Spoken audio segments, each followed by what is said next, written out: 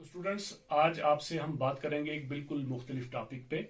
जी हाँ, क्लास में आप बहुत कुछ पढ़ते हैं, लेकिन आज मैं उर्दू जुबान के हवाले से वो सभी तलबा जो 12वीं तक के तलबा हैं कायदे से लेके, उनके साथ एक बिल्कुल मुनफरिद टॉपिक पे बात करूंगा। मैं चाहूंगा कि आप मेरे साथ कुछ गेम्स खेलें, यानी लिंग्विस्टिक गेम्स, लिसानी खेल जिसे कहा जाता है। आप कंप्यूटर पे कुछ गेम्स खेलते होंगे, आप मोबाइल फोन पे कुछ गेम्स खेलते होंगे, लेकिन मैं आज चाहूंगा मेरे साथ जुबान के कुछ खेल खेलें आप, और देखें और कुछ खुद भी मश्क करें, और आपको अंदाजा हो जाएगा कि खेल खेल में हम जुबान की कुछ बारीकियां, कुछ चीजें सीख जाएंगे। जैसे वोकेबलरी बिल्डिंग है, अल्फाज साजी है, 2 अरफी लफ्ज हैं, 3 अरफी लफ्ज हैं, काफिया शनासी है, शेर फहमी है, बहुत सी चीजें हैं जो सभी स्टूडेंट्स के लिए, उर्दू पढ़ने वालों के लिए हैं, इस टॉपिक में होंगे। तो आइए शुरू करते हैं हम लिसानी खेल।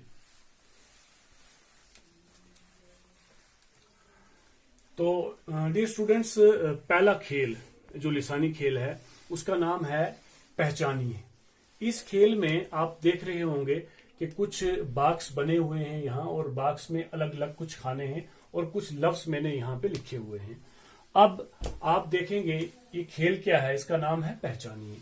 पहचानना क्या है आपको ये पहचानना है कि जो मैंने लफ्ज लिखे हैं इन खानों में, ये दिखने में बिल्कुल एक तरह के हैं, और मानी में आपको लगता होगा शायद एक तरह के होंगे, लेकिन नहीं, ये दिखने में एक तरह के हैं और मानी में बिल्कुल एक तरह के नहीं है, और पढ़ने में भी बिल्कुल जुदा होंगे। अब इसका पता आपको कैसे चलेगा? इस खेल का नाम है पहचानिए। आपने अल्फाज पहचानने हैं और उसके बाद इसका तलफ्फुज और उसके मानी।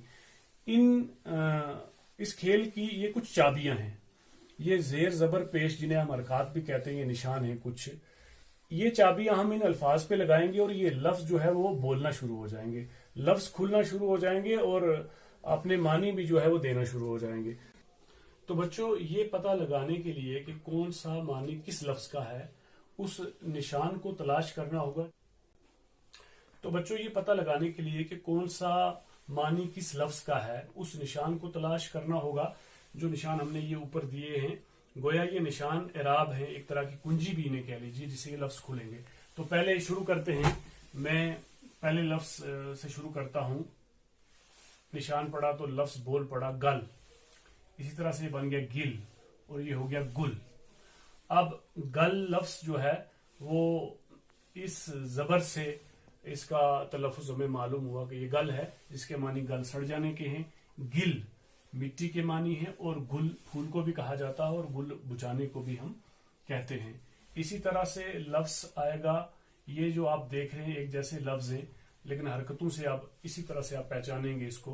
तो ये बन जाएगा बन, जंगल जिसे हम कहते हैं। ये बन जाएगा बिन, और इस तरह से ये बन जाएगा बुन। बिन हो गया बगैर किसी, और बुन ये बुनने से है। तो इसी तरह से हम आगे चलते हैं, तो ये लफ्ज बन जाएगा सर, सिर, सुर। सर हम समझते हैं ये जो गर्दन के ऊपर वाला हिस्सा। सिर बेद को कहा जाता है, राज को कहा जाता है, तो सुर आवाज को कहते हैं हम। तो इसी तरह से फिर सन, सिन और सुन।